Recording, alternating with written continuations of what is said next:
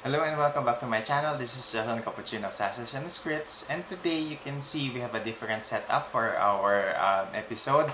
We just recently moved to a different apartment, so I'm still on the process of dressing up the new place, and I hope na moving forward mas maganda yung magiging kalabasan ng ating mga episodes in the future.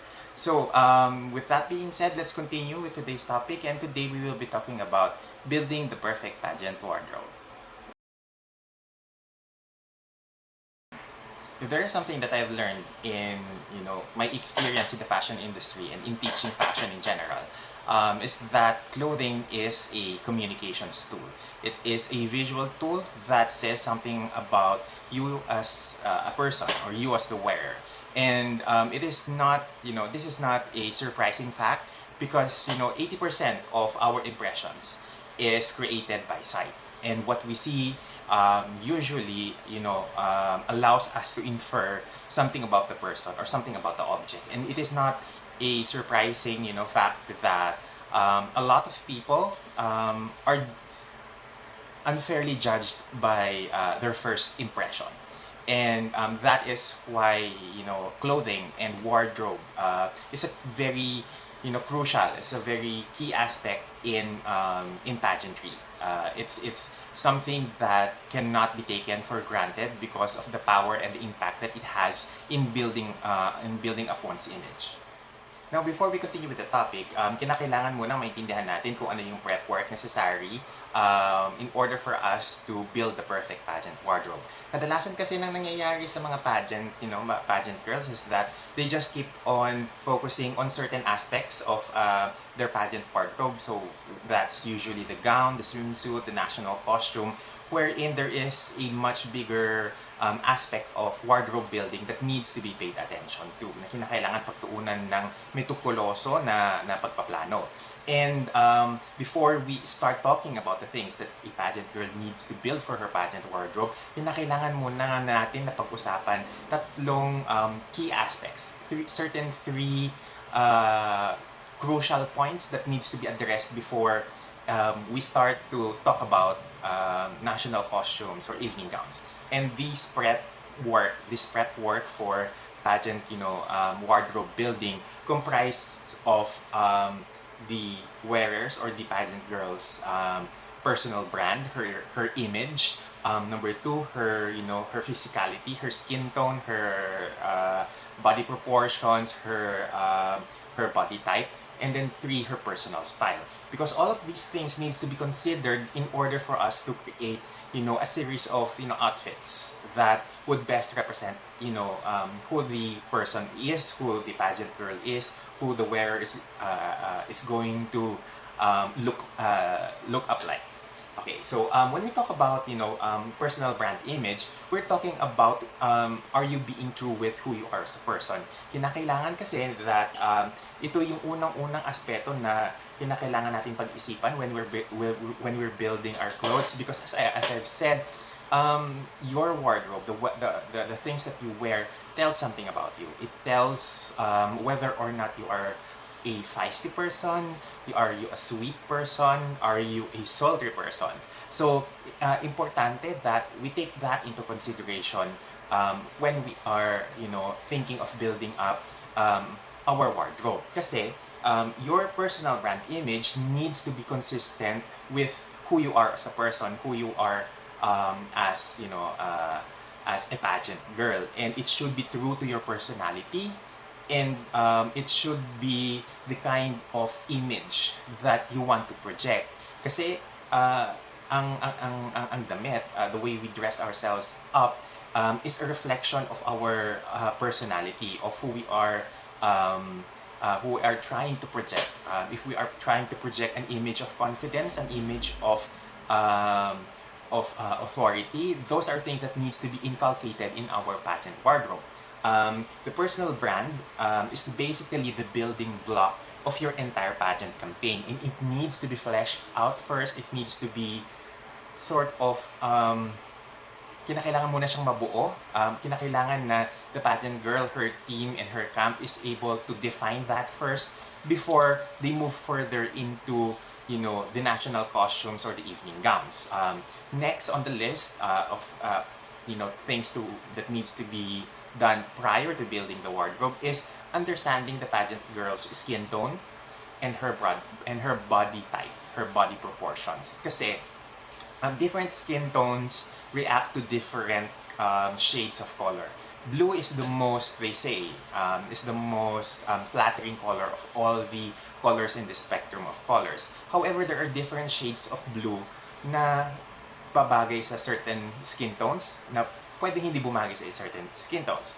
As well as for girls who prefer the Miss Venezuela white evening gowns, there are different shades and hues and subtle differences between bridal white, optic white, off-white, cream-ish white, and there are whites that have yellow or red undertones as well as blue undertones. So kinakailangan maintindihan nung magpaplano ng wardrobe niya na she needs to take into consideration yung kanyang skin color. And then grouped into that is the fact that there are different body types. May mga babae na top heavy, bottom heavy, have longer limbs, have longer leg proportions, have longer torso proportions, and those are things that needs to be adjusted accordingly in terms of how you select clothes for her, especially for daily wardrobe. Kasi doon medyo nagkakaroon ng pagpapadaya, and I will be talking about that a little bit later in this video. Now going back to your body type, there are girls that needs to understand that even if you are 5'9" or 5'10" in height, but if you have shorter legs as compared to your torso, magmumukha ka pa rin maliit, magmumukha ka pa rin na panda. And there are girls who like Miriam Kiambao, who are 5'7", 5'8" in height, pero mukha silang 5'9", 5'10", simply because they have better body proportions. And talking about body proportions, in fashion, especially in fashion illustration, the ideal body proportions is the 9.5 heads, or the 9 heads. Meaning kapag dinivide mo yung katawan ng yung measurement ng katawan ng isang tao, it would equal to that person's head 9 times over. This is what they call the ideal fashion proportion, and this is why kadalasan ng mga girls that is hired as models confer to this body type. It's because it is the ideal na body where clothes can look good. That now means that pageant girls need to understand their body proportions, their body type, in order for them to minimize their flaws. For example, if you have wider hips, then you have to put the attention into your shoulders. If you have narrow shoulders, then iwas ka sa mga tube na mga outfits. It needs to be a Sabrina neckline so that the neckline, the shoulders would look wider. Iwas ka din sa mga halter tops because it emphasizes yung very narrow na shoulders. So those are the things that you can do when you understand your body type. Kinakailangan pag-aralan mong mabuti itong mga to so that hindi ka yung tipong pagdating ng mismong pageant na activities, pagdating nung pre-pageant activities na nagkukumahog ka pa kung ano yung mga bagay na babagay sa iyo as a pageant girl. And then of course, when you combine both the personal brand image and your skin tone and your body type, then you get your personal style. After establish mo kung ano yung gusto mong mangyari, ano yung image na gusto mong i-project, as well as understanding your skin tone, your body proportions, you can now develop your personal style. And this is a combination of your personal brand and your body type, and you can now use this personal style to communicate who you are as a person and give you more flattering na looks in terms of your outfits. Now, if we are going to talk about your pageant wardrobe, you can categorize them into two. The first one is your competition outfits, your competition wardrobe. These are the gowns the swimsuit, the interview outfit that you use for competition. Usually, when you are thinking about your evening gown, kinakailangan meron kang reserba na 2 o 3 in order for you to have options later on. Kasi, dalawa kasi ang pwedeng mangyari. Either the pageant org does not approve of your gown, or second, magkaroon ng aberya and you might need to wear a different gown simply because either may nagsabotahe ng gown mo o kaya nasira ang zipper, nadumihan, or for whatever reason, pwedeng hindi mo magamit yung main na competition gown mo. Now, let's talk about the first thing, the first one, which is yung hindi siya na-approve ng hindi na-approve yung gown mo ng pageant org. That is usually because kinakailangan nilang umadhere doon sa mga restrictions ng television board. Here in the Philippines, it's the NTRCD. They would give some some restrictions on what you can wear on live or on national television. And that means that hindi ka pwedeng masyadong kita lahat. If you get my drift, it doesn't look good for the pageant org and for the airing na television partner to have very risque na mga pageant gowns in their broadcast. The second one is a little bit more of circumstantial, na kung minsan kinakailangan talaga na you have to make changes on what you wear. Case in point was Miss Puerto Rico, Stefania Soto, who I would have loved to see her wear her green pleated na preliminary gown. However, may mga nasira na mga parts ng kanyang gown na kaya hindi na niya nagamit yun for the finals. Another thing that needs to be considered as well is when preparing for a swimsuit, for example, is that you need to find swimsuits that is flattering for your body type. Ito na yung pinaka importanteng aspect ng swimsuit competition, is finding the right color and finding the right cut. When I say finding the right cut, if you have shorter legs, then you might want to opt for swimsuit with higher cuts. Usually, mga one piece would have higher cuts on the legs, so it would look like your legs are a little bit longer. Or if you are a top heavy na girl, then you might want some two-piece na swimsuit with a little bit of detail on the bottom para mabalance out yung proportions mo. Another thing that needs to be considered in the a competition wardrobe is your interview na outfit. Your interview outfit needs to be something that speaks highly of yourself. It should be something that would give the advantage of looking like a professional. Kasi ang interview outfit, or rather the interviews itself, would cost around majority of your scores, whether it's the national or the international competition. In fact, in Miss Universe 2016, it was mentioned that around 60% of the preliminary scores is based on interviews, and hindi rin yun naiiba sa ibang mga local na pageants natin dito, where the interview is given much more weight in terms of judging the overall performance of a girl. Now, the second aspect of your pageant wardrobe is your daily wardrobe. These are the items of clothing that you wear for the pre-pageant activities. These are your rehearsal outfits. These are the outfits that you would wear on a regular day in the entire pageant duration. This is usually something that is a little bit haphazardly prepared for by some pageant girls. Usually they don't think that malaki yung implications ng aspect nito ng wardrobe, but they don't understand that the daily wardrobe is something that you use to build your image, to build your first impressions, kumbaga. It is something that helps you build your image through time, and therefore gives an impression of who you are as a person based on your daily interactions with your co-candidates, with your pageant supervisors, with the members of the organizations. Kasi the most often neglected aspect is that pang araw-araw lang naman to, hindi naman to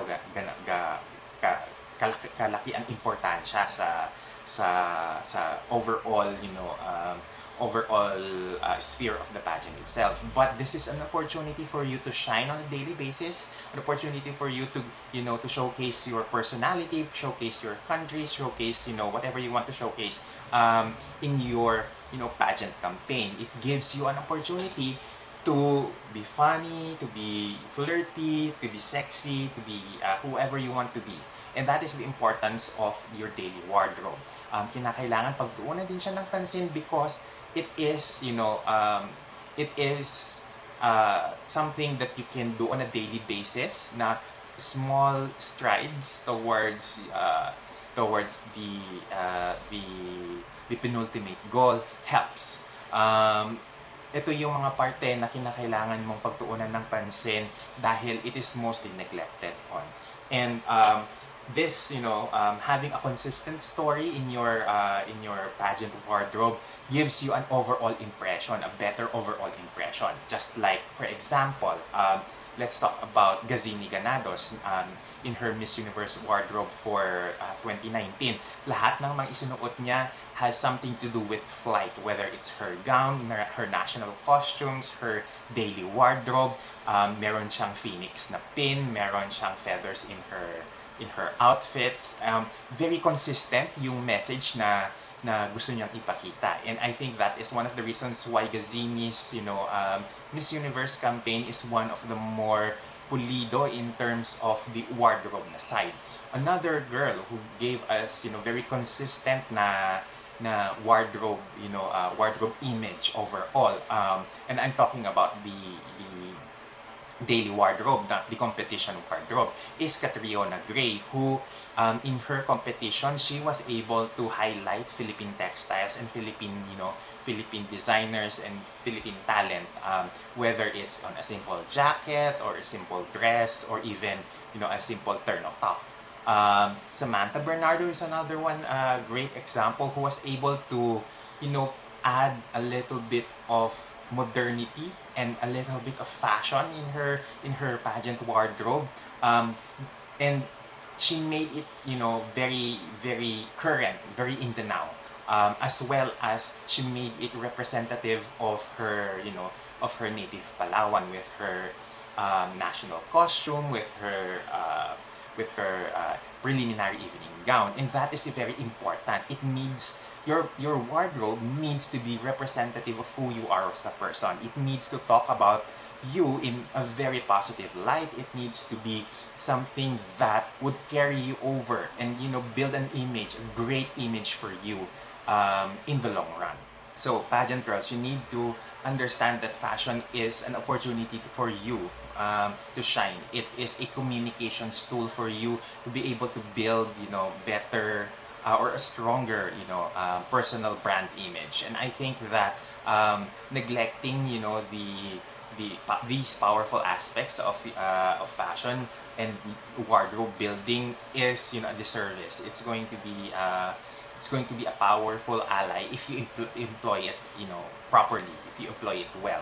I hope that you like this video. I hope that may natutunan kayo doon sa paano binibuild ang pageant wardrobe and to build it successfully in order to further enhance your chances of winning. I hope that you like and subscribe to this channel. Share it with your pageant girlfriends, and I hope that you stay tuned for more of this kind of content from us.